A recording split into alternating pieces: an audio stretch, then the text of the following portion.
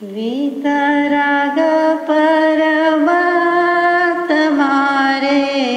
क्षीण मोही अरिहंत सलूणा क्षपक श्रेणियांगी करी रे करी घाती एणे अंत सलूणा पंचम ज्ञान ने पूजिए रे पंचम गति दातार सलूणा केवल कमळा ने वर्या रे केवल दर्शन नाथ सलूणा लोका लोका प्रकाश तारे जे थया त्रिभुवन पाण सलूणा।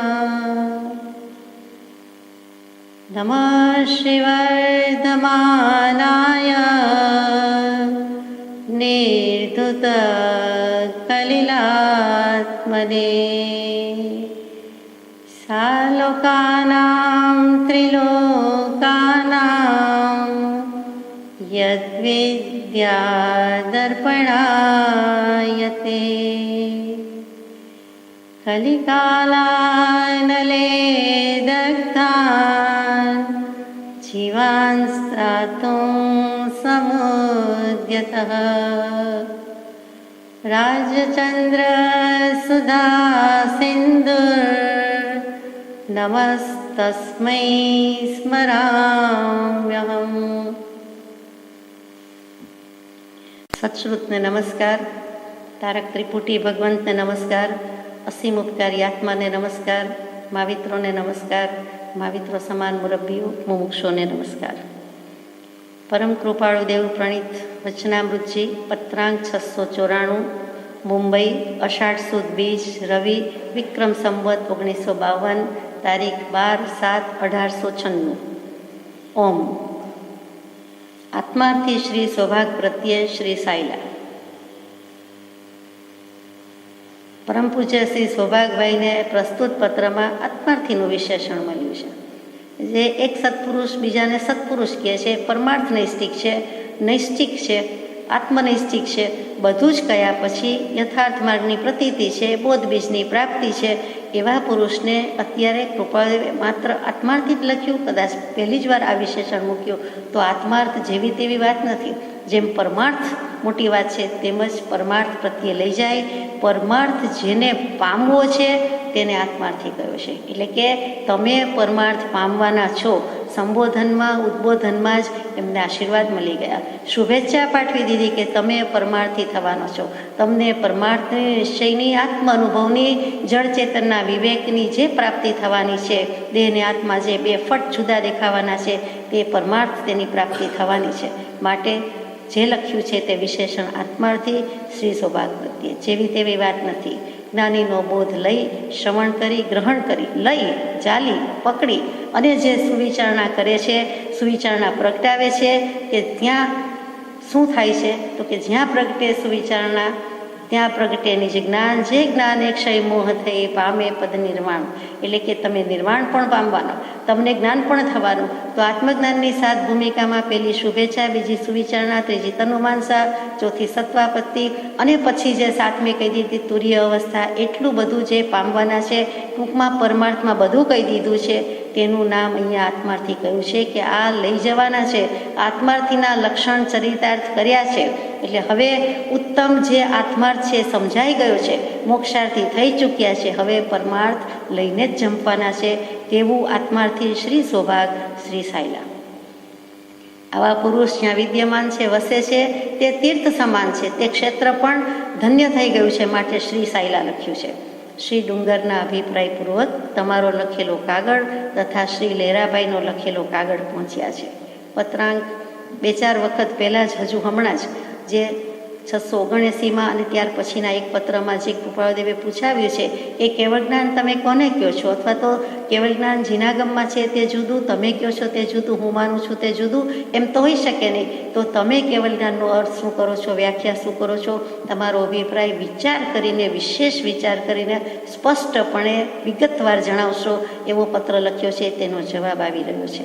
તો એ પત્રમાં શું લખ્યું છે, એ પત્ર આપણને સદભાગ્ય મળી શક્યો છે, બહુ જ નાનો છે, એટલે વાંચવાની રજા લઉં છું. શ્રી સૌભાગભાઈએ શ્રી ડુંગરસિંહભાઈને લેરાભાઈ વતી પણ પત્ર લખ્યો છે.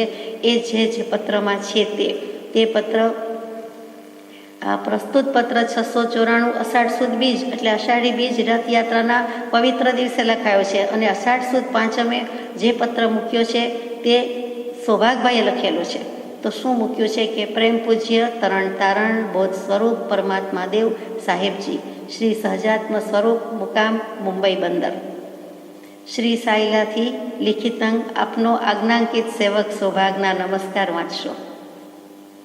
આપનો કૃપાપત્ર આવ્યો તે પહોંચ્યો છે, સમાચાર લખ્યા તે સર્વ જાણ્યા છે. હવે કૃપાળુદેવે આ પત્રમાં શું મૂક્યું છે એ વિચારીએ કે શ્રી ડુંગરના અભિપ્રાયપૂર્વકનો પત્ર મળ્યો છે અને લેરાભાઈનો પણ મળ્યો છે. અને શ્રી ડુંગરના અભિપ્રાયપૂર્વક શ્રી સૌભાગે લખ્યું કે નિશ્ચય અને વ્યવહારના અપેક્ષિતપણાથી જીનાગમ તથા વેદાંતાદિ દર્શનમાં વર્તમાન કાળમાં આ ક્ષેત્રમાં મોક્ષની ના કહી છે અને હા કહી હોવાનો સંભવ છે. એ વિચાર વિશેષ અપેક્ષાથી યથાર્થ દેખાય છે. અને લેરાભાઈએ એમ જણાવ્યું છે કે વર્તમાન કાળમાં સંજ્ઞાન આદિહીન હોવાના કારણથી કેવલ જ્ઞાનનો નિષેધ કર્યો છે, તે પણ અપેક્ષિત છે, એમ કૃપાળુદેવે કહ્યું. અને પછી કૃપાળુદેવ આગળ શું કહે છે કે આગળ ઉપર વિશેષાર્થ લક્ષ્યગત થવા માટે પત્રના પ્રશ્નને કંઈક અમે વધુ સ્પષ્ટતાથી લખીએ છીએ કે જેવો કેવલ જ્ઞાનનો અર્થ વર્તમાન જીનાગમથી વર્તમાન જૈન સમૂહને વિશે ચાલે છે તેવો જ તેનો અર્થ તમને યથાર્થ ભાસે છે કે કંઈ બીજો અર્થ ભાસે છે. સર્વ દેશકાળ આદિનું જ્ઞાન કેવલ જ્ઞાનીને હોય એમ જીનાગમનો હાલ રૂઢિ અર્થ છે, પણ બીજા દર્શનમાં એવો મુખ્ય અર્થ નથી. આપણે આટલું યથાશક્તિ વિચારીએ.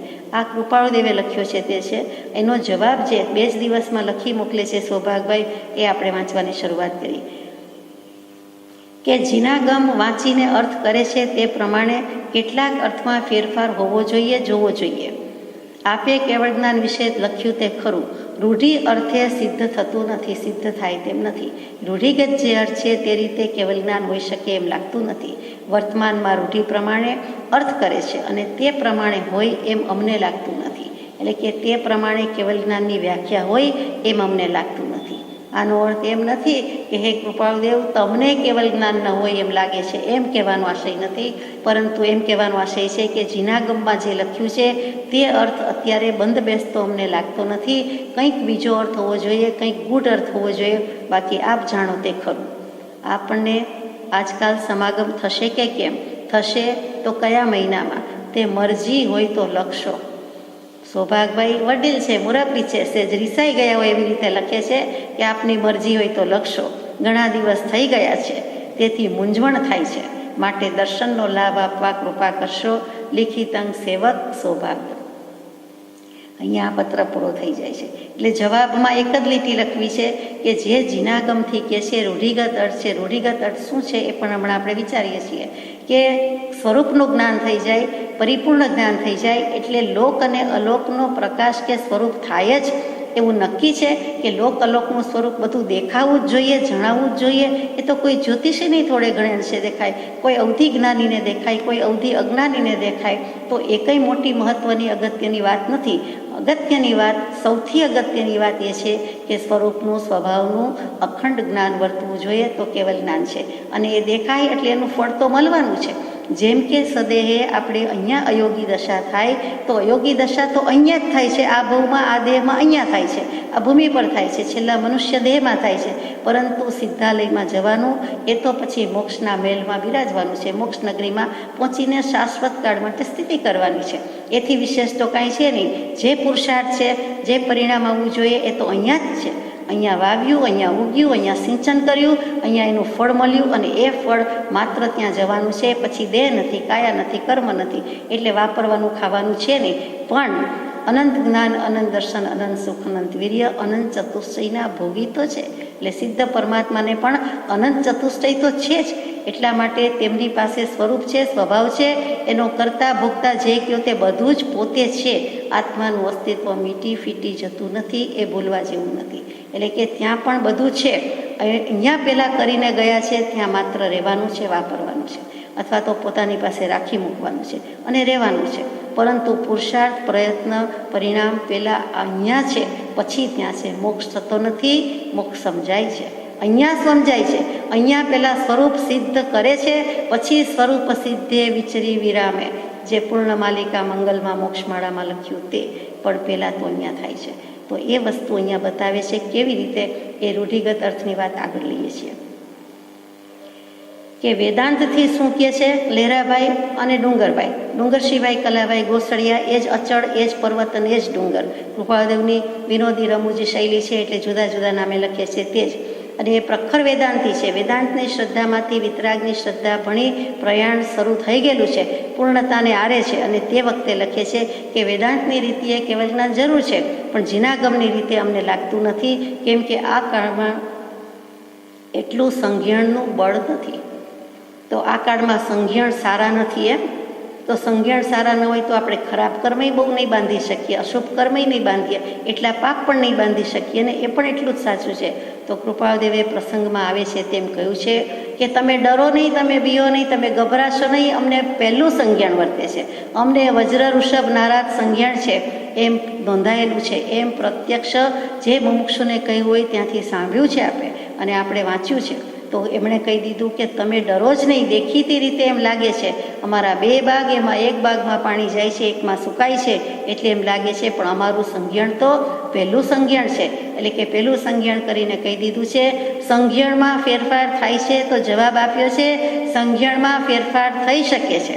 જેમ આપણે કહીએ છીએ સબળ ને નિર્બળ, નિદાન અને ઉપાય, અસાધ્ય રોગ અસાધ્ય રોગ, પછી ઉપાય થાય છે કે નહીં? તો કે બને છે, બધું બને છે આયુષ્ય કર્મના ઉદય પ્રમાણે. અને સંચિત પુણ્યકર્મ હોય તો યોગ્ય નિમિત્ત, યોગ્ય સમયે, યોગ્ય ડૉક્ટર, યોગ્ય સારવાર હાજર થાય તો બધું જ બને છે. તેમ જ આમાં છે. એટલે બને શું નહીં, કેમ ન થાય? આ કૃપાળદેવના શબ્દો છે અને અત્યારે માત્ર આપણે વાંચીએ છીએ કે એ સંઘ્યણનું લખ્યું તે લહેરાભાઈએ ત્યાં કૃપાળદેવે કહ્યું કે સંઘ્યણ બદલી શકાય, સંઘ્યણ છે, અમારું સંઘ્યણ એવું છે. શાસ્ત્રોક્ત માહિતી પ્રમાણે આ કાળમાં આવું સંઘ્યણ ન હોય, આ કાળમાં કેવલ જ્ઞાન ન હોય, આ કાળમાં મોક્ષ ન હોય. તો પ્રભુશ્રીજી જેવા પ્રભુશ્રીજી પણ કહેતા, કૃપાળદેવ પછી થઈ ગયેલા પુરુષ કહેતા કે અહીં બધું છે, સંધોઈ છે. અગાશ આશ્રમની ભરી સભામાં પણ પ્રકાશ્યું છે કે અહીંયા બધું છે, આમાં બેઠા હોય એમાંથી કોઈક એક બે ભવે મોક્ષે જનાર છે, પણ કહેવાય નહીં તો જીવથી જીરવાય નહીં. આ કાળ એવો ખરાબ છે. તો એમાં આપણને સ્પષ્ટ સમજાય છે કે થઈ શકે છે મનોબળ કરતાં આત્મબળ ઓર હોઈ શકે છે, અનંત હોઈ શકે છે. દેહની પૂતગલની અચિંત્ય શક્તિ હોય તો આત્માની એથી અનંતી શક્તિ છે, એથી અચિંત્ય શક્તિ છે. અનંતાના 9 પ્રકાર બતાવ્યા છે, એમાં આત્માની અનંત શક્તિને કોઈ આંબી શકે એમ નથી. એટલે બધું થઈ શકે જો કરીએ તો થાય.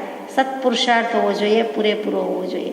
ઢીલી માટીના ઢેફા જેવું, વરવર ભૂકો થઈ જાય એવું, અને છેલ્લે પાટલે બેસી જાય એવા પોચકા નાખીએ તો કાંઈ ન થાય. તો શેક્યો પાપડ પણ ભાંગી ન શકીએ, તોડી ન શકીએ. આ સત્પુરુષાર્થની વાત છે. આ કરેડિયા કરીને પુરુષાર્થ કર્યો છે. જે પુરુષ આવી દશા કરી જાય છે, આવી દશા થયા પછી, કર્યા પછી લખાયું છે. રાગ દ્વેષ અજ્ઞાન રહિતપણે આ શબ્દો નીકળ્યા છે, માટે અમે જે કહ્યું છે તે આગમ જ છે એમ કૃપાળદેવ લખે છે. તો એની પ્રતીતિ ન થાય આપણને. સ્વહસ્તે લખી ગયા છે, પવિત્ર કલમે લખી ગયા છે, પવિત્ર શ્રી મુખે કહેવાયું છે, અને આપણને પ્રતીતિ ન થાય તો ખલાસ. જો ભક્તિ માર્ગથી મોક્ષ જોઈતો હોય તો શ્રદ્ધા સુમન, શ્રદ્ધા પ્રેમ, પ્રતીતિ કાંઈ જ નહીં, એવું તો બને જ નહીં. આગલા પત્રોથી આપણને તૈયાર કર્યા છે કે આટલો પ્રેમ ને આટલી પ્રતીતિ હોય તો વાત આગળ થાય.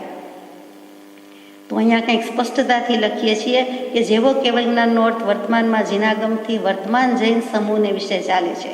જે બધો જૈન સંપ્રદાય કે જૈન ગચ્છ કે જૈન મત છે, તેમાં જે મત ચાલે છે તેવો જ તમને યથાર્થ ભાષે છે કે કંઈ બીજો અર્થ ભાષે છે? અને એના જવાબમાં મૂક્યું છે કે વેદાંતમાં હા અને ના, વેદાંતમાં હા અને વિતરાગ દર્શનથી ના, અને સંઘ્યણના બળનું કારણ મૂક્યું. અને બીજી રીતે પૂછો તો લહેરાભાઈએ પણ ભાર મૂક્યો, ડુંગરસિંહભાઈએ પણ મૂક્યો કે નિશ્ચયથી અને વ્યવહારથી. તો કે નિશ્ચયથી કેવલ જ્ઞાન આ કાળમાં છે, જરૂર છે, પરંતુ વ્યવહારથી ખરાબ નિમિત્ત હોવાથી, કાળ ખરાબ હોવાથી અને હીન પુણ્યવાળા જીવો હોવાથી મુખ્યત્વે ખરાબ નિમિત્ત કહ્યું, નિમિત્ત ઉપર ભાર દીધો ત્યાં. પણ વ્યવહારથી હોય તેવું લાગતું નથી. જે અર્થ પ્રમાણે કહ્યું છે તે પ્રમાણે નિશ્ચયથી જરૂર છે એ નિશ્ચયથી કહ્યું અને વ્યવહારથી કહ્યું એ આપણે વધારે વિગત હવે વિચારીએ છીએ. બીજા દર્શનમાં એવો મુખ્ય અર્થ નથી અને જીનાગમથી તેવા મુખ્ય અર્થ લોકોમાં હાલ પ્રચલિત છે. તે જ કેવળ જ્ઞાનનો અર્થ હોય તો તેમાં કેટલોક વિરોધ દેખાય છે, જે બધા અત્રે લખી શકવાનું કારણ બન્યું નથી. તેમ જે વિરોધ લખ્યા છે તે પણ વિશેષ વિસ્તારથી લખવાનું બન્યું નથી, કેમ કે તે યથા અવસરે લખવા યોગ્ય લાગે છે. જે લખ્યું છે તે ઉપકાર દૃષ્ટિથી લખ્યું છે એમ લક્ષ્ય રાખશો. આ શું કામ કૃપાળદેવ લખે છે એનો પણ જવાબ આપ્યો કે માત્ર ઉપકાર દૃષ્ટિથી ભલું થાય એટલે, અથવા તમને પણ મદદમાં આવે, સહાય કરતા થાય એટલે તમે પણ આ કરી શકો. જો વિચારી રાખ્યું હોય, વાંચી રાખ્યું હોય તો આ દશા આવી શકાય, લાવી શકાય માટે પણ તમને લખ્યું છે. તો બીજા દર્શનમાં કેવો અર્થ છે તો બહુ જ ટૂંકમાં લઈએ કે વેદાંત દર્શન તો એમાં એટલું જ કહે છે કે ભ્રાંતિ ગઈ એટલે તે જીવ મુકાયો, મુક્ત થયો. ત્યાં એક કેવળ સિર્ફ માત્ર ફક્ત એક આત્મા જ રહ્યો. ભ્રાંતિ હતી તે નીકળી ગઈ, બાકી રહ્યો તે એક આત્મા રહ્યો. તે કેવળ આત્મા, તે જ કેવળ જ્ઞાન. આપણે જેને આત્મજ્ઞાન કહીએ છીએ, સમ્યક દર્શન કહીએ છીએ, સેલ્ફ રિયલાઇઝેશન કહીએ છીએ. જીનાગમ સમ્યક દર્શનથી આત્મજ્ઞાન કહે છે, વેદાંત ત્યાં પૂરું કરે છે અને જીનાગમ ત્યાં શરૂ કરે છે. આટલો ફરક છે.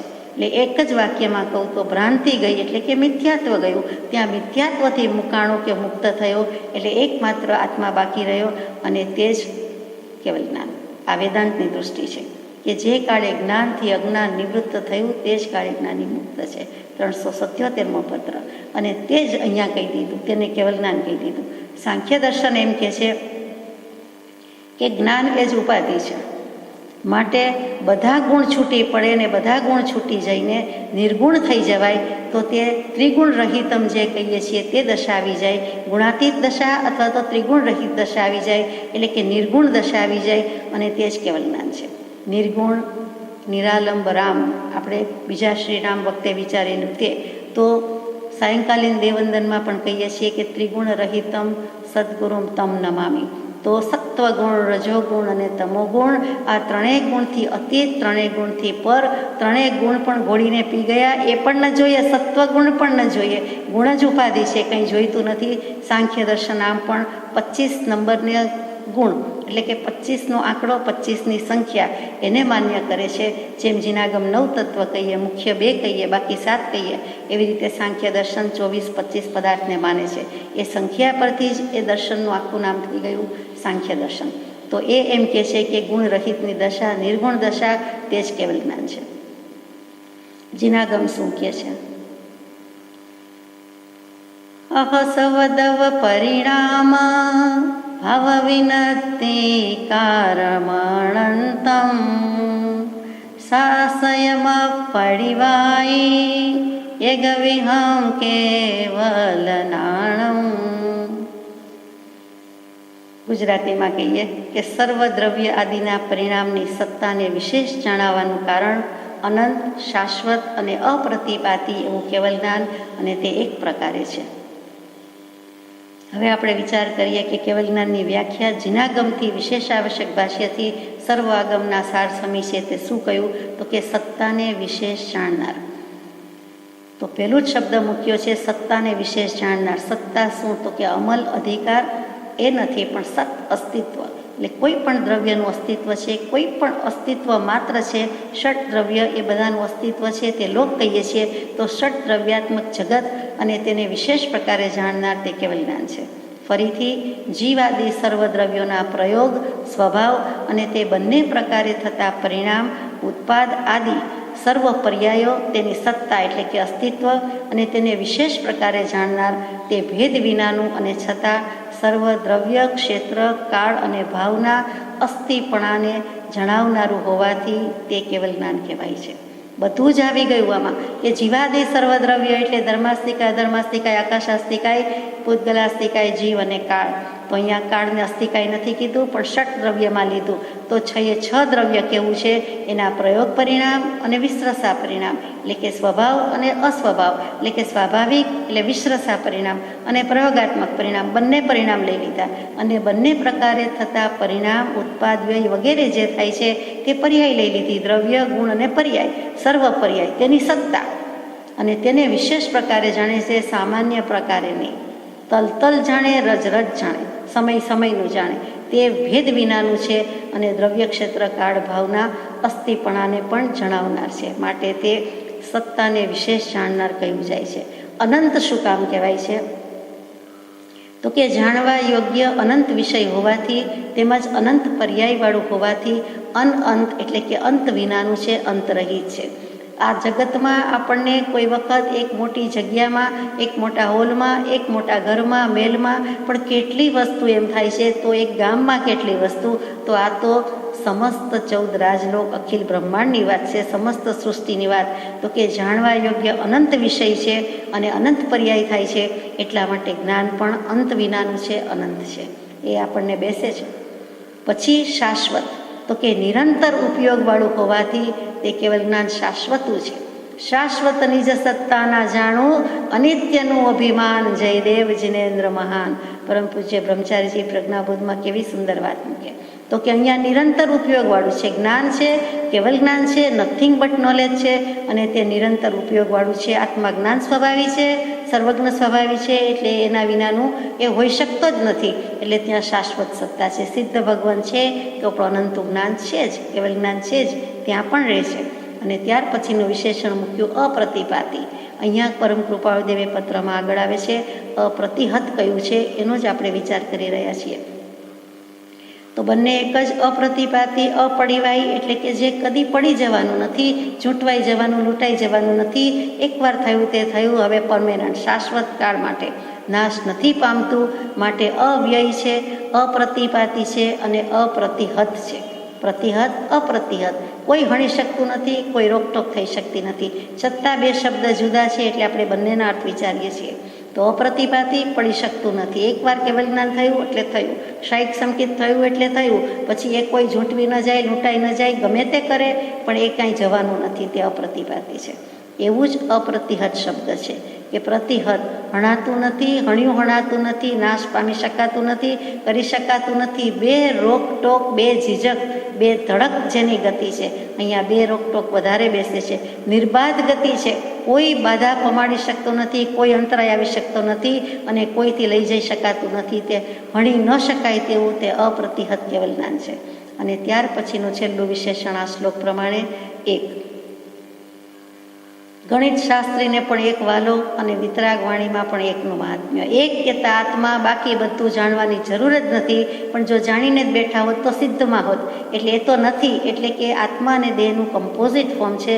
આ સંકુલ સ્વરૂપ, જટિલ સ્વરૂપ છે, અને એમાંથી જ દેહ, પૂતગલ અને આત્માની બે બાજી સામસામી છે, બે પક્ષ પડ્યા છે, અને તેમાંથી જીત કરવાની છે. એકે જીતી જવાનું છે, એક હારી જશે, એની મેળે હારી જશે. તો એક આત્માને જાણવાની વાત છે, તે જ આ કેવલ જ્ઞાન. એક શું કામ કીધું? અનેક કેમ નથી, બહુ કેમ નથી?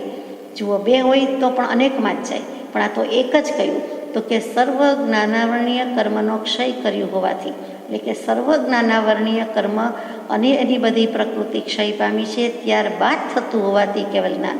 મતિ જ્ઞાનાવરણીય એનો ક્ષય થઈ ગયો છે, શ્રુત જ્ઞાનાવરણીય ક્ષય પામ્યું, અવધિ જ્ઞાનાવરણીય, મનોપર્યોગ જ્ઞાનાવરણીય અને કેવલ જ્ઞાનાવરણીય, એ બધાના ક્ષય બાદ ઉત્પન્ન થાય છે. તો બધું બાદ કરતાં શું રહ્યું? પોતે એક જ રહ્યો તે, એટલે કે ઉત્પન્ન થતું હોવાથી. તેમજ સર્વ જાણવા યોગ્ય પદાર્થને જાણતું હોવાથી, બધા જ પદાર્થને જાણે છે, કોઈ વસ્તુ બાકાત રહેતી નથી.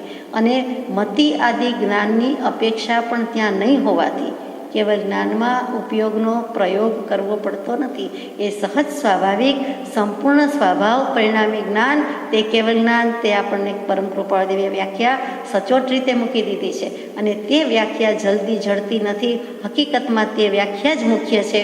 અને નિશ્ચયથી તો તેમ જ છે, વ્યવહારથી બીજો બધો વિસ્તાર છે, પ્રસ્તાર છે. તો ફરીથી મતિ જ્ઞાન વગેરેની કોઈની અપેક્ષા નહીં હોવાથી કેવળ, સિર્ફ, ફક્ત, માત્ર, એકલું, અટુલું, એકાકી જે જ્ઞાન છે તેનું નામ કેવળ જ્ઞાન છે. કેવળ એક આત્માનું જ કેવન કર્યા કરે છે, સેવન કર્યા કરે છે, માટે તેને કેવળ જ્ઞાન કહીએ છીએ. બીજા કોઈ જ્ઞાનની વાત નથી. એટલે કેવળ જ એક જ છે, નથિંગ બટ નોલેજમાં આવી ગયું કે સંપૂર્ણ જ્ઞાનનો દરિયો ભર્યો તો બોલવું પડે, પણ એકમાત્ર જ્ઞાન શબ્દમાં આવી ગયું કે જ્ઞાન સિવાય એમાં કાંઈ જ નથી, અને તે જેનું નામ છે તે કેવલ જ્ઞાન છે. અહીંયા આ જીનાગમથી વ્યાખ્યા થઈ. એ કેવલ જ્ઞાનનો અર્થ હોય તો તેમાં વિરોધ દેખાય, જે અત્રે લખવાનું બની શક્યું નથી, પરંતુ આપને પણ આ ઉપકાર દૃષ્ટિથી લખ્યું છે એમ લક્ષ્ય રાખશો. એટલે કે વિતંડા કે ચર્ચા કે દલીલ કરવા માટે નથી, વાદ વિવાદ માટે નથી. આગળ જઈએ. યોગધારીપણું એટલે મન વચન કાયાના સહિત સ્થિતિ હોવાથી, આહાર આદિ અર્થે પ્રવૃત્તિ થતાં ઉપયોગ અંતર થવાથી કંઈક પણ વૃત્તિનો એટલે ઉપયોગનો તેમાં નિરોધ થાય. કૃપાળદેવ એટલે કૃપાળદેવ, એમની શૈલી એટલે એમની શૈલી, એટલે ચોખ્ખું લખે જ નહીં. એટલે યોગધારીપણું એટલે આપણે વિચાર કરીએ કે શું લખ્યું. સયોગીજીનના યોગીજીન શબ્દ વાંચી સાંભળીને થાક્યા હોય એટલે લક્ષ કરાવવો છે, જાણે કે કાંઈક જુદું લાગે આપણને. તો યોગધારીપણું, યોગ એટલે આપણને સસ્તો થઈ ગયેલો શબ્દ આજકાલ. યોગ, ધ્યાન, સાધના એવી યોગની વાત નથી. અહીંયા યોગ એટલે મન વચન કાયાના યોગનો સીધો સાદો અર્થ છે કે જેને મન વચન કાયાના યોગ છે, અર્થાત હજુ જે દેહધારી છે, પરમાત્મા છે પણ દેહ ધારે છે, સયોગીજીન અને અયોગીજીન, તો કેવા યોગધારીપણું એટલે મન વચન કાયાની સહિત સ્થિતિ હોવાથી, એ આહાર આદિ અર્થે પ્રવૃત્તિ થતાં ઉપયોગાંતર થવાથી કંઈ પણ વૃત્તિનો ઉપયોગનો તેમાં નિરોધ થાય. તરત જ પ્રશ્ન થાય કે કેવલ જ્ઞાની આહાર ન કરે? આપણને અમસ્તુ જમવાનું વધારે યાદ આવે. ભોજનમાં પહેલી વાત ભોજનની જ આવે કે જરાક જ ફેર છે, એને કાનો માત્ર લાગી ગયા. ભજનની વાત બાજુ પર રહી જાય. આત્મ સ્વભાવના જ્ઞાનની વાત, નિજ અખંડ સ્વભાવનું અખંડ જ્ઞાનની વાત, અને તેમાં પાછું જમવાની વાત લાવ્યા કે આહાર આદિ અર્થે પ્રવૃત્તિ થતાં ઉપયોગાંતર એટલે કે એક ઉપયોગમાંથી બીજા ઉપયોગમાં જવાનું થાય તો એ ઉપયોગ બદલાયો. તો એ વખતે આગળ વાંચીએ, એક વખતે બે ઉપયોગ કોઈને વર્તે નહીં એવો સિદ્ધાંત છે. ત્યારે આહાર આદિ પ્રવૃત્તિના ઉપયોગમાં વર્તા કેવલ જ્ઞાનીનો ઉપયોગ કેવલ જ્ઞાનના જ્ઞેય પ્રત્યે વર્તે નહીં. અને જો એમ બને તો કેવલ જ્ઞાન અપ્રતિહત કયું છે તે પ્રતિહત થયું ગણાય. એટલે કે એ બીજે ક્યાં ગયું? એ તો બે રોકટોક કેવલ જ્ઞાન છે, એટલે એની ગતિ બધે જ છે. ચારે ગતિમાં કયો, પાંચે ગતિમાં કયો, લોકાકાશમાં કયો, અલોકાકાશમાં કયો, એનું જ્ઞાન તો છે ને છે. એટલે ઝળકી જ રહ્યું છે. તો કેવલ જ્ઞાન અપ્રતિહત છે જ નહીં, એટલે થવાનો સવાલ આવતો જ નથી.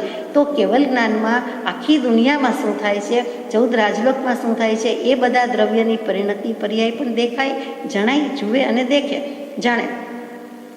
અને સાથે સાથે આહાર પણ કરે એવો પ્રશ્ન થાય છે. હંમેશા આપણે આપણી ફૂટપટ્ટીથી માપીએ, આપણા ગજથી માપીએ, એટલે આપણને એમ જ થાય કે આપણે જેમ આહાર કરીએ છીએ તેમ જ હશે. તો કેવડીને કવલ આહાર હોય એવા બધા પ્રશ્નો થાય. તો કેવલી ભગવાન કેવો આહાર કરે? પ્રથમ તો આહાર કરે કે કેમ? તો દેહધારી છે તો કરે નહીં, અથવા કેમ કરે, શું કામ કરે, ત્યારે દોષ લાગે કે નહીં, ત્યારે ઉપયોગ બદલાય કે નહીં, એ અહીંયા પ્રશ્ન છે. આપણે એ પ્રશ્ન આમ જ અત્યારે રાખીએ છીએ કે શું કેવી રીતે હોય. અત્રે કદાપી એમ સમાધાન કરીએ કે આરસીને વિશે જેમ પદાર્થ પ્રતિબિંબિત થાય છે, તેમ કેવલ જ્ઞાનને વિશે સર્વ દેશકાળ પ્રતિબિંબિત થાય છે. તો કેવલ જ્ઞાની તેમાં ઉપયોગ દઈને જાણે છે એમ નથી, એ સહજ સ્વભાવે જ તેમનામાં પદાર્થ પ્રતિભાસ્યા કરે છે. તેમ આહાર આદિમાં ઉપયોગ વર્તા સહજ સ્વભાવે પ્રતિભાસિત એવા કેવલ જ્ઞાનનું હોવા પણ યથાર્થ છે. આપણે મિરરમાં, આરસીમાં, અરીસામાં જોતા હોઈએ અને એમ થાય કે જે પ્રતિબિંબ પડી જ જાય છે, એમાં કંઈ પ્રયાસ આયાસ કરવો પડતો નથી. એવી જ રીતે કેવલ જ્ઞાની ભગવાન છે તે એમના સ્વરૂપ જ્ઞાન હોવાથી, સ્વાભાવિક જ્ઞાન હોવાથી જે કાંઈ દેખાય છે તે દેખાયા કરે છે, જણાયા કરે છે. એમને કાંઈ જોવાનો ઉપયોગ મૂકવો પડતો નથી, પ્રયાસ કરવો પડતો નથી. એ એનું કામ કર્યા કરે છે. અને આહાર વાપરવાનો હોય તો પોતે વાપરી લે છે કે વાપરી શકે છે. એમાં ઉપયોગ એક જગ્યાએથી બીજી જગ્યાએ દેવાનું આવતું જ નથી. એમાં પરિણતિ તો જ્ઞાનની ચાલુ જ છે એમ આપણને સમજાય છે. પણ અહીંયા પ્રશ્ન થવા યોગ્ય છે એમ કરીને કૃપાળદેવે પ્રશ્ન અને એનું પાછી આગળ શંકા મૂકી છે કે આરસીને વિશે પ્રતિભાસિત પદાર્થનું જ્ઞાન આરસીને નથી, એ તો જડ છે, આપણે જાણીએ છીએ. તો કોને છે? અને અહીંયા તો કેવલ જ્ઞાનીને છે. પેલા જડ પદાર્થની વાત હતી, પણ આપણે એમ જવાબ આપી શકીએ કે એ દૃષ્ટાંત તે દૃષ્ટાંત છે, તેમાંથી બોધ લેવાનો છે. એના જેવું આરસી ભલે જડ છે, પણ એમાં જેમ ઝળક્યા કરે છે તેમ સિદ્ધ ભગવંતના જ્ઞાનમાં પણ આ બધું ઝળક્યા કરે છે. એટલે એમાં કંઈ બાધ આવતો નથી, વિરોધ આવતો નથી. તો કૃપાળુદેવ હજી આગળ પ્રશ્ન કરે છે, કેમ કે આપણને વિચાર કરતા કરવા છે કે ઉપયોગ સિવાય, અધર ધેન ઉપયોગ સિવાય આત્માનું બીજું એવું કયું સ્વરૂપ છે કે આહાર આદિમાં ઉપયોગ પ્રવૃત્તિઓ હોય ત્યારે કેવળ જ્ઞાનમાં થવા યોગ્ય જ્ઞેય આત્મા તેથી જાણે. તો કેવલ જ્ઞાન એવું શું છે કે જેથી બધું જણાયા કરે છે? તો કે કેવલ જ્ઞાન તો કેવલ જ્ઞાન છે, પણ કર્યું કોને, થયું કોને? આત્માને. તો આત્માનું લક્ષણ ઉપયોગ છે, જ્યાંથી જીવ અને અજીવ જુદા પડ્યા, જળ અને ચેતનને જુદા પાડતું આત્માનું ઉપયોગ નામનું લક્ષણ છે. તો એ ઉપયોગ સિવાય આત્માનું શું સ્વરૂપ છે કે જેથી કરીને આ કેવલ જ્ઞાન ચાલુ જ રહે છે અને આહાર આદિમાં ઉપયોગ હોય તો પણ કેવલ જ્ઞાનમાં બધું જણાયા કરે છે. તો આપણને પ્રશ્ન પૂછ્યો એટલે આપણે યથાશક્તિ વિચારવું તો પડશે. તો અબાધ્ય અનુભવ શું સ્વરૂપ છે? તો કે તે છે જીવ સ્વરૂપ, જે દ્રષ્ટા છે દૃષ્ટિનો, જે જાણે છે રૂપ. અબાધ્ય અનુભવ જે રહે તે છે જીવ સ્વરૂપ. અબાધ્ય અનુભવ જે રહે તે છે જીવ સ્વરૂપ. બધું બાદ કરતા કરતા જે બાકી રહે છે તે અબાધ્ય સ્વરૂપ છે. આત્મસિદ્ધિજીની ગાથામાં બંને બેસે છે કે બધું બાદ કરતા નેતિ કરતા જે શેષ વધ્યું, જે છેલ્લે વધ્યું, આત્માની બાદ બાકી થઈ શકતી નથી. પોતે આત્મા ઘરે મૂકીને બીજે મૂકીને ક્યાંય આવી શકતો નથી, જઈ શકતો નથી. આત્મા જ્યાં પણ છે ત્યાં ગતિશીલ છે, સ્વરૂપ સ્વભાવ એના સાથે ને સાથે છે. તો એવો આત્મા એટલે એના વાત કરીએ છીએ કે અબાધ્ય, એ બાદબાકી થઈ શકતી નથી. એ જ સ્વરૂપ પોતે આત્મા છે. અબાધ્ય, એને કોઈ બાધા લાગુ પડી શકતી નથી. જોનારો અને જાણનારો છે એમાં એનો નિર્દોષ, નિર્મળ, નિર્ભેળ આનંદ છે, અનુભવ છે, એની પ્રસન્નતા છે, એમાં કોઈ રોકટોક કરી શકતું નથી.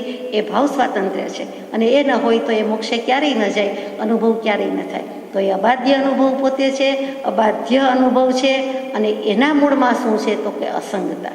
અસંગતાનો લક્ષ છે, અસંગતાનો અનુભવ છે. અસંગતા એટલે સાદી ભાષામાં શું? તો કે ન્યારાપણું છે. અને ન્યારાપણું છે એટલે ઉપયોગમાં સમાઈ જાય છે. અને સાદી ભાષામાં બધાનો સરવાળો કરીને જૂનો જાણીતો શબ્દ તો કે તે છે નિર્વિકલ્પ સ્વરૂપ. આ નિર્વિકલ્પ સ્વરૂપ, આ thoughtless stage, nothing but knowledge. એને શું વિચાર કરવાનો હોય? વિચાર કોને કરવાનો હોય? તો કે એક તો સર્વજ્ઞ હોય, બધું જ જાણીને બેઠા હોય, એને કાંઈ વિચાર આવે નહીં, વિચાર કરવાના હોય જ નહીં. અને એક અજ્ઞાનીને કાંઈ વિચાર આવે નહીં. બે જ વસ્તુ છે, એક અને એકડો બે મીંડા સો. વચ્ચે 10 આવ્યું એમ આપ કહેશો, પણ એમ નથી. અહીંયા એક અને 100 જ છે. તો કે એની વાત લીધી છે. એટલે સર્વજ્ઞને, વિતરાગને, કેવલ જ્ઞાનીને વિચાર કરવાપણું, વિકલ્પ કરવાપણું રહે છે. એટલે જે ઉપયોગનું ન્યારાપણું છે, ઉપયોગનું અસંગતા છે, ઉપયોગ જે એનો અનુભવ છે, અને એ જ નિર્વિકલ્પ સ્વરૂપ છે. અને તે આપણે આત્મસિદ્ધિજીની ગાથામાં ગાઈએ છીએ એટલે પરિચિત છીએ. તો કે કેવલ જ્ઞાની પાસે એવું બીજું શું સ્વરૂપ છે? આત્માનું બીજું સ્વરૂપ શું છે? બીજું હોય તો બતાવે ને, બીજું છે જ ક્યાં? તો કે એક જ છે, અનન્ય છે, અને તે આત્મ સ્વરૂપ છે, તે જ છે કેવળ સ્વરૂપ, કેવળ નિજ સ્વભાવનું અખંડ વર્તે જ્ઞાન. અને એક જ વસ્તુ છે, બાકી એમની પાસે કાંઈ નથી. પછી આગળ જઈએ. કેવલ જ્ઞાનની પ્રરૂપણા તો ઘણી રીતે કરી છે. અહીંયા આપણે પત્રમાં જે છે તે જ આપણે લઈએ છીએ કે સર્વ દેશકાળ આદિનું જ્ઞાન કેવડીને હોય તે કેવડી સિદ્ધને કહીએ તો સંભવિત થવા યોગ્ય ગણાય. કેમ કે તેને યોગધારીપણું કહ્યું નથી. કૃપાળુદેવ જ પ્રકાશે છે કે સર્વ દેશકાળનું જ્ઞાન કેવલી ભગવંતને હોવું જોઈએ, અને હોય એમાં આપણે સિદ્ધ ભગવંતને કહીએ તો બેસે છે. કેમ કે સયોગી અયોગી જીન નથી, એ દેહધારી નથી, હવે સિદ્ધ થઈ ગયા છે. તો ત્યાં એમને હોય તો બને, કારણ કે એમને પછી આહાર કરવાનો આવતો નથી, બીજી કોઈ પણ વિહારની ચર્યા આવતી નથી, એટલા માટે. પણ આમાં પણ પ્રશ્ન થવા યોગ્ય છે કે યોગધારીની અપેક્ષાથી સિદ્ધને વિશે તથા તેને કેવલ જ્ઞાનની માન્યતા હોય તો યોગ રહિત પણ હોવાથી તેમાં સંભવી શકે છે. એટલે કે મન વચન કાયાના યોગ નથી, એટલે સિદ્ધ ભગવંતને કેવલ જ્ઞાન હોય અને એમાં દેશકાળ આદિનું જ્ઞાન હોય તો એ સમજી શકાય છે. એટલું પ્રતિપાદન કરવાને અર્થે લખ્યું છે. સિદ્ધને તેવું જ્ઞાન હોય જ એવો અર્થ પ્રતિપાદન કરવાને લખ્યું નથી. સિદ્ધને તેવું જ્ઞાન હોય એમ પ્રતિપાદન કરવાનું રહેતું જ નથી. આ તો સયોગી અયોગી જીવની વાત છે. એટલે બે કેવલ જ્ઞાનીને જુદા પાડ્યા કે સયોગી અયોગી, દેહધારી અને વિદેહ, એટલે કે દેહમુક્ત પરમાત્મા.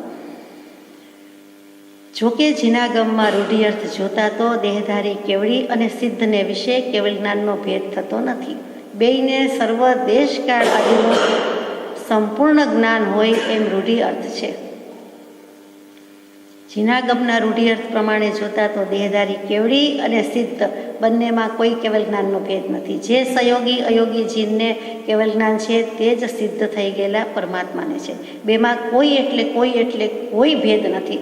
ભલે કેવલ જ્ઞાન થયા પછી 1000 વર્ષ જીવે કે હજારો વર્ષ જીવે, પરંતુ તેમાં અને સિદ્ધ ભગવંતના જ્ઞાનમાં અંશ માત્ર ફરક નથી. બીજી અપેક્ષાથી જીનાગમ જોતા જુદી રીતે દેખાય છે. જીનાગમમાં ભેદ ભાંગા મૂકા છે. તો કૃપાળદેવ કે વાંચો, જીનાગમમાં આ પ્રમાણે પાઠ અર્થો જોવામાં આવે છે.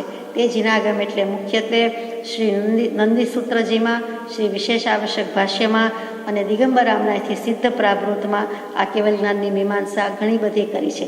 એમાં જે ભેદ ભાંગા છે તેનું આપણે ઉપલક સપાટીથી વિચાર કરીએ. કૃપાળદેવ પ્રકાશે છે કેવલ જ્ઞાન 2 પ્રકારે કહ્યું. તે આ પ્રમાણે: સયોગી ભવસ્થ, અયોગી ભવસ્થ કેવલ જ્ઞાન. સયોગી કેવળ જ્ઞાન 2 પ્રકારે કહ્યું તે આ પ્રમાણે: પ્રથમ સમય એટલે ઉપજતી વખતનું સયોગી કેવળ જ્ઞાન, અપ્રથમ સમય એટલે અયોગી થવાના પ્રવેશ સમય પહેલાંનું કેવળ જ્ઞાન.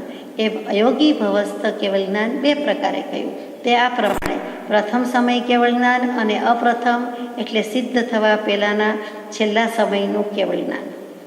આ કેવળ જ્ઞાનના ભેદ આપણે વિચારવાના છે.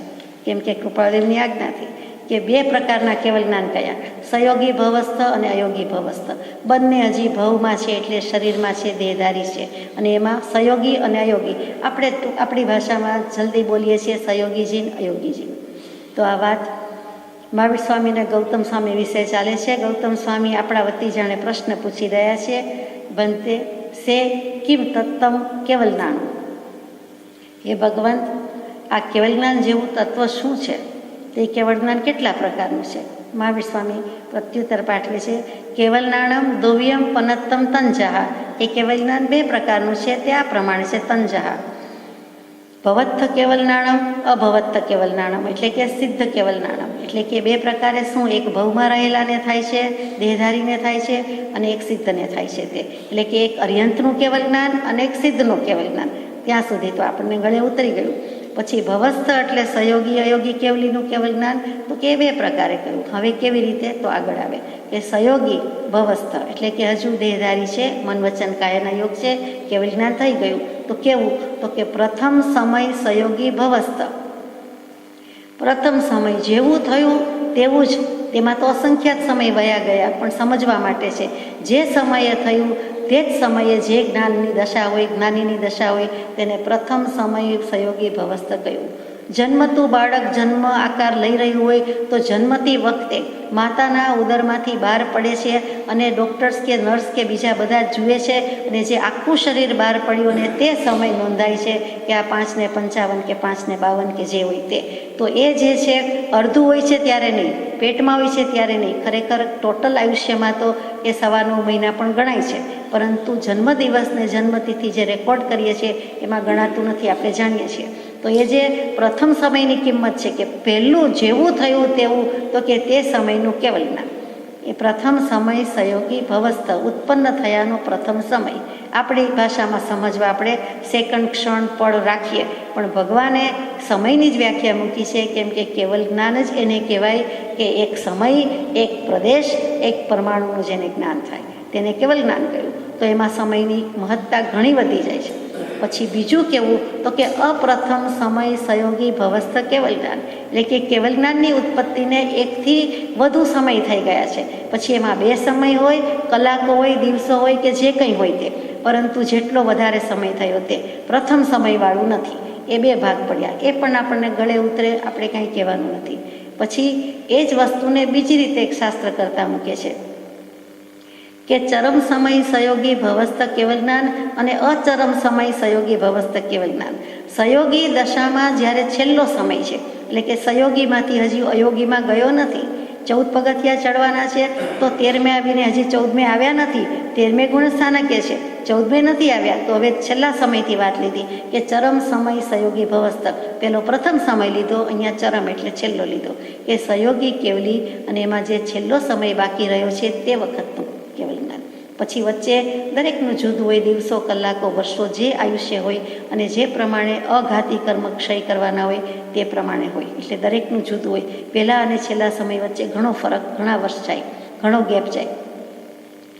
અચરમ સમય સહયોગી ભવસ્થ એ પણ સમજાય કે સહયોગી દશાની જ વાત છે, જેમાં અનેક સમય બાકી રહે છે તેવું કેવલ જ્ઞાન. એટલે પહેલોય નહીં અને છેલ્લોય નહીં, જે બધા વચ્ચેના સમય ગયા તે, તો કે અચરમ સમય સહયોગી ભવસ્થ.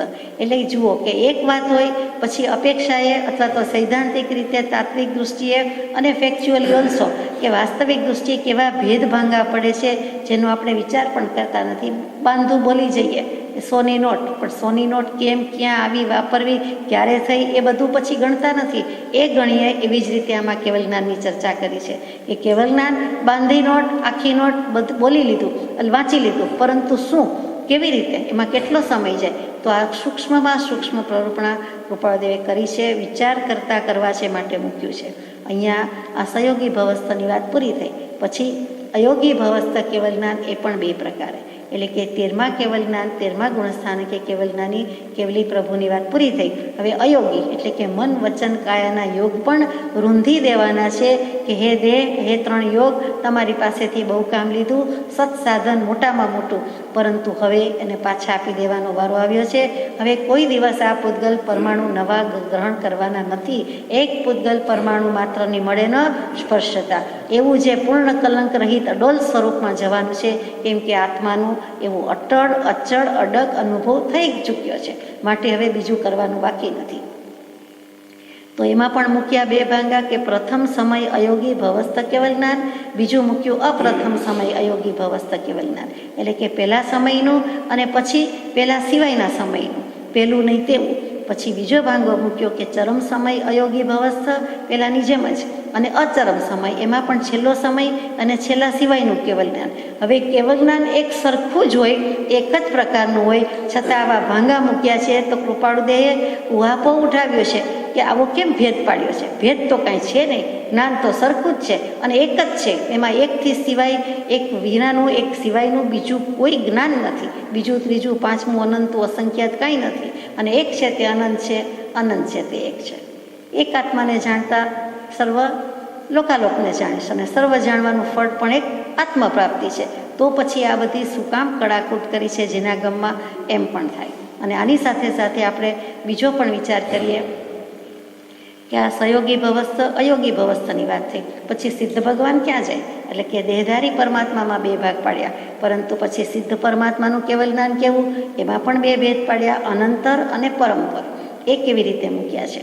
તો કે અનંતર કેવલ જ્ઞાનની વાત પહેલાં લઈએ કે જેમાં અનઅંતર એટલે કે સમય વડે વ્યવધાન નથી. સ્તવનમાં આવે છે તે અંતર નથી. વ્યવધાન કહેતા અંતર, કોઈ ડિસ્ટન્સ નથી, ગેપ નથી. એટલે કે જેમાં કોઈ અંતર રહેતું જ નથી, સમયનું કોઈ અંતર જ નથી, એવું અનંતર સિદ્ધ કેવલ જ્ઞાન છે. એટલે કે સિદ્ધત્વના પ્રથમ સમયમાં વર્તનારને અનંતર સિદ્ધ કહેવાય. હવે કેવલી પ્રભુની વાત પૂરી થઈ. પછી કેવલી ભગવંત આગળ જાય છે, એટલે કે અયોગીજીન પછી મોક્ષે જાય છે.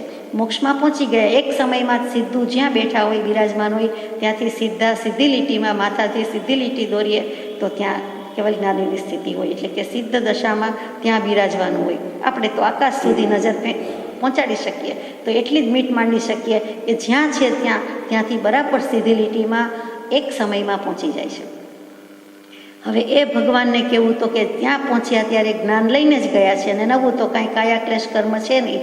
તો જે જ્ઞાન લઈને ગયા છે એ જ જ્ઞાન છે, પરંતુ પેલું અયોગી દશા હતી અને હવે સિદ્ધ દશા થઈ. એટલે એ જે ફેર પડ્યો, વચ્ચે એક સમય ગયો, તો કે એમ કહેવાનું છે કે સિદ્ધત્વના પ્રથમ સમયમાં સિદ્ધ શિલા પર પહોંચ્યા ત્યારે, તો કે એ જે એને વર્તનાર આત્માને જે જ્ઞાન છે તે અનઅંતર કહેવાય. કે હવે કોઈ આંતરું અંતર નથી, એટલે એને અનંતર કહીએ. અને એના પછીના સમયમાં જેને થાય તે પર કહેવાય. એના પછીના સમયમાં હોય તે બીજું પર. એમ પર વિશેષ પર, એમ જેમ આપણે પરાત્પર શબ્દ બોલીએ છીએ, તે પર વિશેષ પર એમ થયા કરે છે, છેક સુધી થયા કરે છે, અને તેને પરંપર જ્ઞાન કહેવાય છે. એટલે પેલું અનઅંતર અને પેલું પરંપર. પેલું એક પછી એક થાય છે અને પેલું અંતર વિનાનું થાય છે. આટલો જ ફરક છે. આમ છેક અનંત, અતીત અને અર્ધાકાળ સુધી વર્તનારા પરંપર સિદ્ધ ભગવંત હોય છે, અને પરંપર સિદ્ધનું કેવલ જ્ઞાન કહેવાય છે. જુઓ, ખૂબી કરી છે શાસ્ત્ર કરતાએ. અતીત અનંત અને અદ્ધા 3 કાળ લઈ લીધા. પેલો અનંત લીધો, જેનો અંત આવવાનો નથી, એટલે ભવિષ્યકાળ લઈ લીધો. પછી અતીત એટલે ભૂતકાળ લઈ લીધો, અને અદ્ધા વર્તમાન સમય લઈ લીધો. એટલે કે 3 કાળમાં જે બધા આવવાના છે તે આ રીતે ગણતરીપૂર્વક ગણતા પરંપર સિદ્ધ અને પરંપર સિદ્ધ કેવલ જ્ઞાન કહેવાય છે. અપ્રથમ સમય સિદ્ધ, પ્રથમ સમય, દ્વિતીય સમય, તૃતીય, એમ દશમ સમય સુધી ગણ્યું. પછી સંખ્યા આગળ વધતા વધતા સંખ્યાત સમય, અસંખ્યાત સમય અને છેલ્લે અનંત સમય સિદ્ધ, અને તેનું નામ પરંપર સિદ્ધ કેવલ જ્ઞાન. એટલે પેલું સયોગી અયોગી ભવસ્થ અને આ ભવાતીત એટલે સિદ્ધનું જ્ઞાન. હવે અનંતર સિદ્ધ કેવલ જ્ઞાન શું? આ પરંપરની વાત કરી, પાછું અનંતરની વાત આવે તો કે 15 પ્રકારે મૂકેલા છે. તે જૂના જાણીતા છે કે તીર્થ સિદ્ધ, અતીર્થ સિદ્ધ, તીર્થંકર સિદ્ધ, અતીર્થંકર સિદ્ધ, સ્વયં બુદ્ધ, પ્રત્યેક બુદ્ધ, બુદ્ધ બોધિત, સ્ત્રીલિંગ, પુરુષલિંગ, નપુંસકલિંગ, સ્વલિંગ, અન્યલિંગ, ગૃહસ્થલિંગ, એક સિદ્ધ અને અનેક સિદ્ધ. આ 15 પ્રકારે જે સિદ્ધ થાય છે તે આપણે માન્યું છે, સ્વીકાર્યું છે, અને તે કેવલ જ્ઞાન છે. તે પણ અનંતર સિદ્ધ કેવલ જ્ઞાન કહેવાય. એટલે કે સિદ્ધમાં પણ 2 ભાગ પાડ્યા છે, એ ભૂલવા જેવું નથી, અનંતર અને પરંપર. ટૂંકમાં આટલું જ કહેવાનું છે કે દ્રવ્યથી સર્વ દ્રવ્યને જાણે અને જુએ, ક્ષેત્રથી સર્વ લોક અને અલોકને જુએ અને જાણે, કાળથી સર્વ કાળને જાણે અને જુએ, અને ભાવથી સર્વ ભાવને એટલે કે સર્વ પર્યાયને દેખે અને જાણે. એટલે કે કેવલ જ્ઞાન એટલે કેવલ જ્ઞાન, નથિંગ બટ નોલેજમાં બધું આવી ગયું કે એકમાત્ર જ્ઞાન. હવે કૃપાળદેવ આગળ કહે છે તે પેરેગ્રાફમાં જોઈએ. એ આદિ પ્રકારે કેવળ જ્ઞાનના ભેદ જીનાગમમાં કયા છે તેનો પરમાર્થ શો હોવો જોઈએ?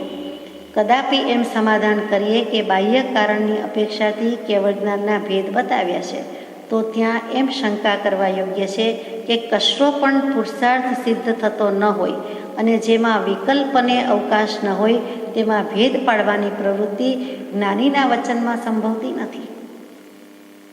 ફરીથી કે આવા બધા ભેદ ભાંગા મૂક્યા છે શાસ્ત્રોમાં, અને વાંચવા જોઈએ, વિચારવા જોઈએ કે આ જીનાગમ આમ કહે છે, પણ એમાં આપણે એમ સમાધાન કરીએ કે ચાલો એ પ્રમાણે થાય છે એટલે મૂકે છે. તો શંકા એમ છે કે કશો પણ પુરુષાર્થ સિદ્ધ થતો ન હોય, એટલે કે જ્યાંય પુરુષાર્થની કોઈ જરૂર જ પડતી ન હોય અને જેમાં વિકલ્પનો અવકાશ નથી, આમાં ભેદ ભાંગા પ્રકાર કરવાનો અથવા એનો ઓલ્ટરનેટિવ એ રીતે પણ વિકલ્પનો અર્થ થાય, એ કાંઈ કરવાની જરૂર નથી, ભેદ પાડવાની જરૂર જ નથી. તો એવી પ્રવૃત્તિ જ્ઞાનીના વચનમાં હોઈ શકે જ નહીં. જ્ઞાની આવા ભેદ ભાંગા પાડે જ નહીં, કેમ કે અનઆવશ્યક છે, બિનજરૂરી છે. તો પછી કેવી રીતે પાડ્યા છે?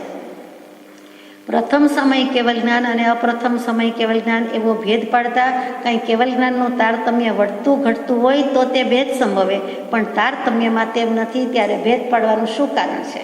તારતમ્ય એટલે આપણે ઓછું વધતું કહીએ, પણ અહીંયા જ્ઞાનનું ઓછું વધતું એમ કેવું છે તો કે એમ કહીએ ઓછું અધિક કંઈ થાય છે તો કે ના. તેમ કેવલ જ્ઞાનનું તારતમ્ય એટલે તારતમ્ય શબ્દના બીજા પણ ઘણા અર્થ થાય કે સત્વ અને શક્તિ અને બળ અને ઉલ્લાસ ઉત્સાહ.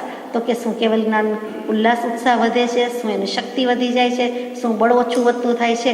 એકેય વસ્તુમાં કાંઈ ભેદ પડતો નથી, જેમ છે તેમ છે, સ્ટેટસ ક્વો, એક અનંતું. અને હવે એમાં ફેર શું પડવાનો છે? એમાં શું ભેદ ભાંગા હોય કે શું વિકલ્પ હોય?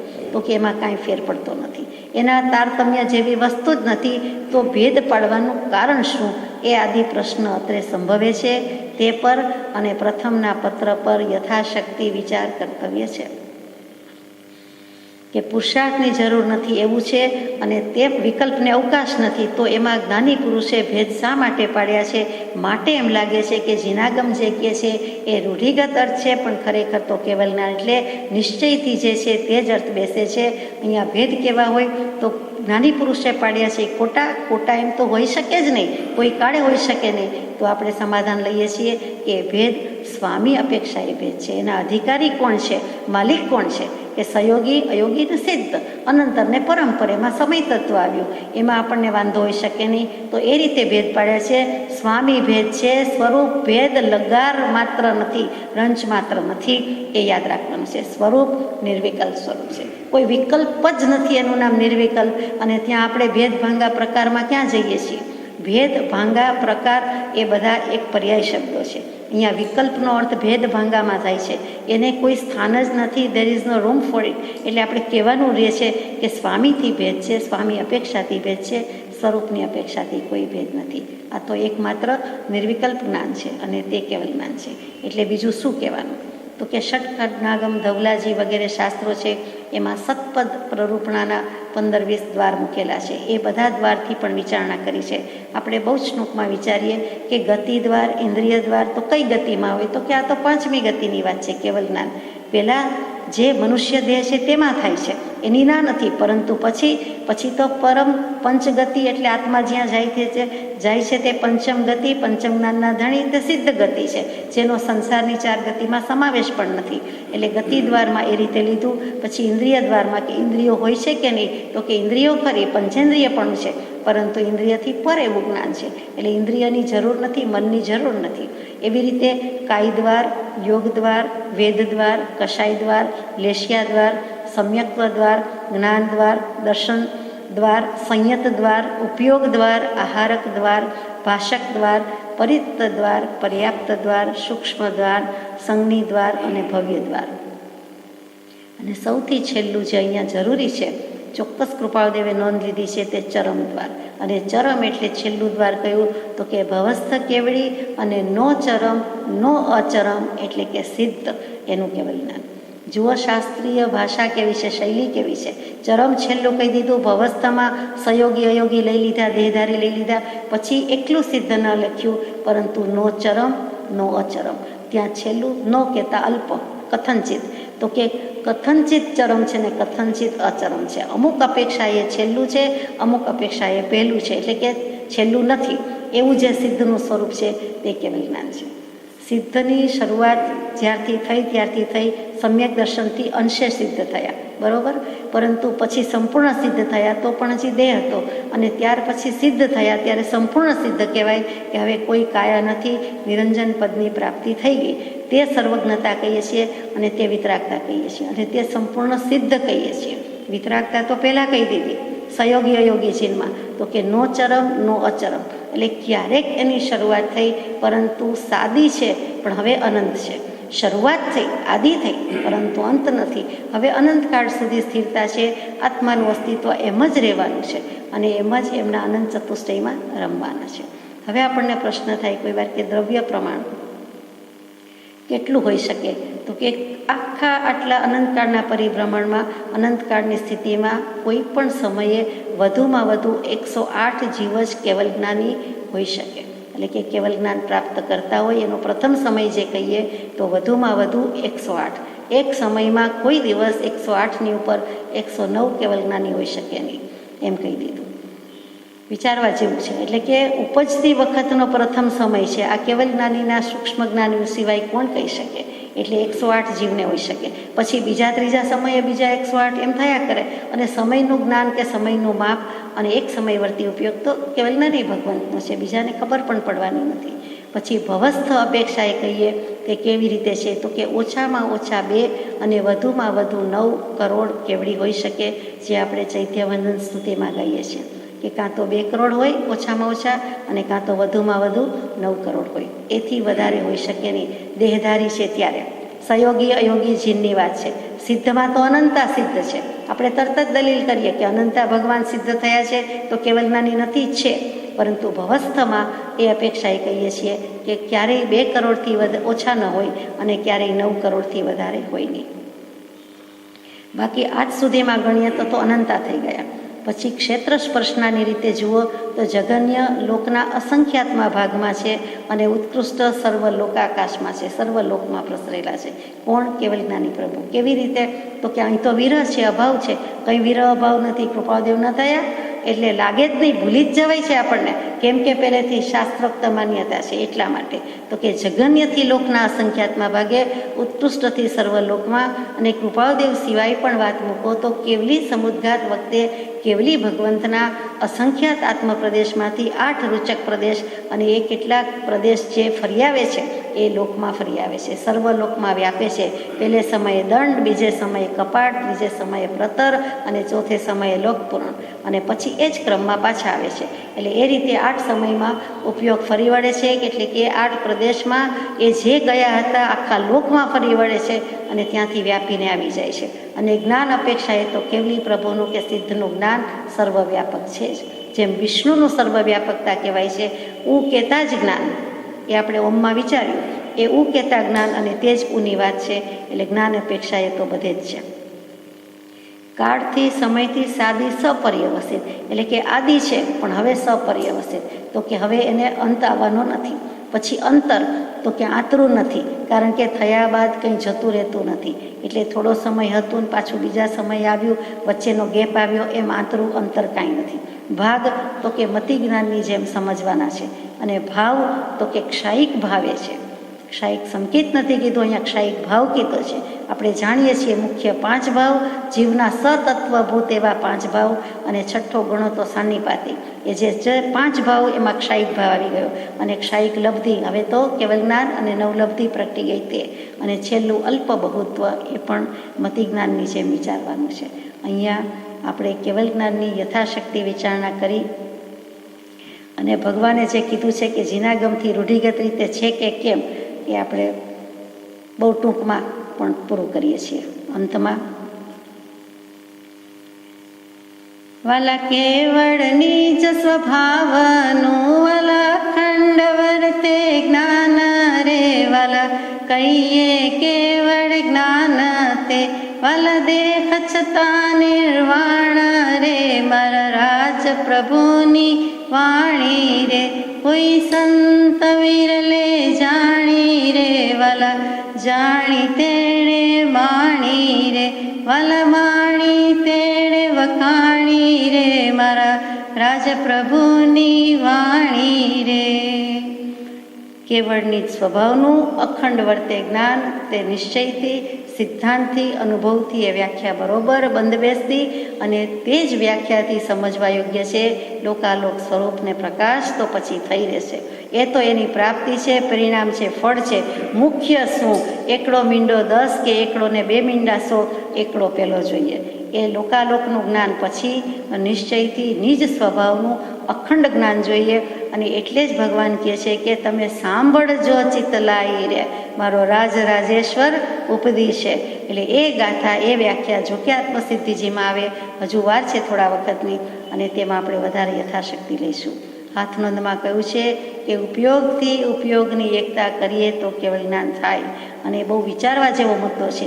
એની પહેલાંના 2 વાક્ય છે, વિચારીએ તો થાય કે સર્વ ઇન્દ્રિય પરથી સંયમ રાખી, બ્રહ્મચર્ય વ્રત સ્થિર ગ્રહણ કરી, વગેરે વગેરે. પછી મૂક્યું ત્રીજો પોઈન્ટ, ત્રીજું વાક્ય, કે ઉપયોગથી ઉપયોગની એકતા કરીએ તો કેવળ જ્ઞાન થાય.